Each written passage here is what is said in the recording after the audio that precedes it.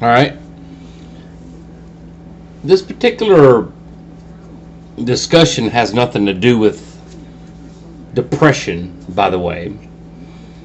It's just something I wanted to put out there for those who might watch what I say or do, might get some meaning in their lives. And we're going to move on to the next thing, which is something that I've heard many times from many people that I have had a belief on and really haven't talked on or talked to very much, is that, we have so many things that are right here in front of us. And this is going to be a total flip-flop of what I was just talking about. So many discussions that we have had, that we've listened to in the past and even right now, that have been covered up, technologies that have just been discovered,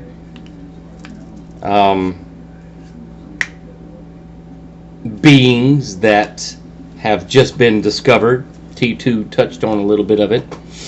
I had a few footnotes here that I've held on to for quite some time. Actually, many pages of things that I see both on the internet and the news and in personal life. And getting to talking with people, they have their own personal views and experiences. And I guess one of the examples of what I'm going to talk about next is just going to be like, whoa, where the hell did you just go? But that's okay, because that's the whole meaning of this particular discussion of Diablo on Earth, life decisions. The Bigfoot story that so many people have gotten hundreds and hundreds and millions of views on here on YouTube about the Bigfoot. Let's take that one for example. It's a discussion that's been going on for decades. And here was a man who came on, and I watched it several times just to get an idea, both the original press conference, the follow-up, the guy who I still didn't get his name, but he's on lookingforbigfoot.com, who all of a sudden now turned from I touched it, I felt it, it was real, I sent off hair samples, and the hair samples were real, to the person who says it was all a hoax and I'm sorry and all that. And we'll believe it. We'll believe what we're told. Oh, well, it was a hoax. Yeah, I thought it was. Yeah, Bigfoot doesn't exist. But if you actually watch some of the footage on these guys, this dude was, in my opinion, being for real. And do I believe in it? Well, in a sense, I can't doubt it, just simply because of the initial reaction to what the man said. And then I'm going to splice in a video clip here in just a moment to show you what I mean about how we're conditioned. A few days ago, I saw pictures after pictures after pictures, not just of the Bigfoot in the freezer, but different images from these guys. Now, all of a sudden, you can't find any. And I wish I would have thought at the particular time whenever this happened. This was even before T2 even had his video. I didn't mention it to him because I didn't think they would even talk about such things, because I thought they might think it was, bogus. I didn't know that these guys like to talk about things like that.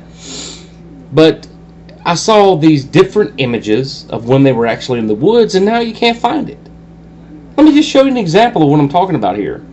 About cover-ups and how people, they'll be, talked into believing anything.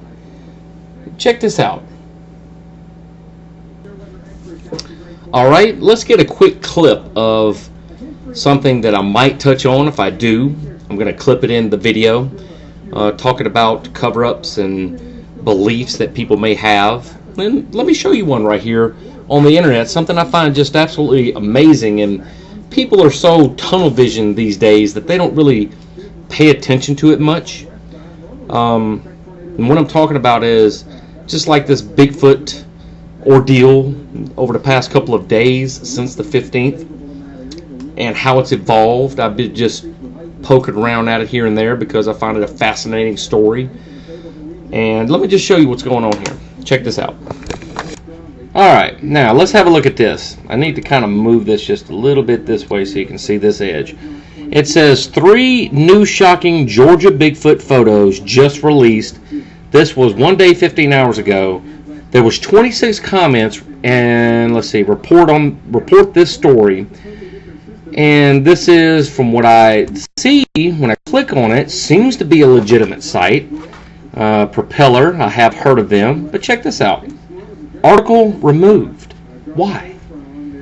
I mean, if it's that big of a deal to everybody, why is this removed? And look, the whole page is blank.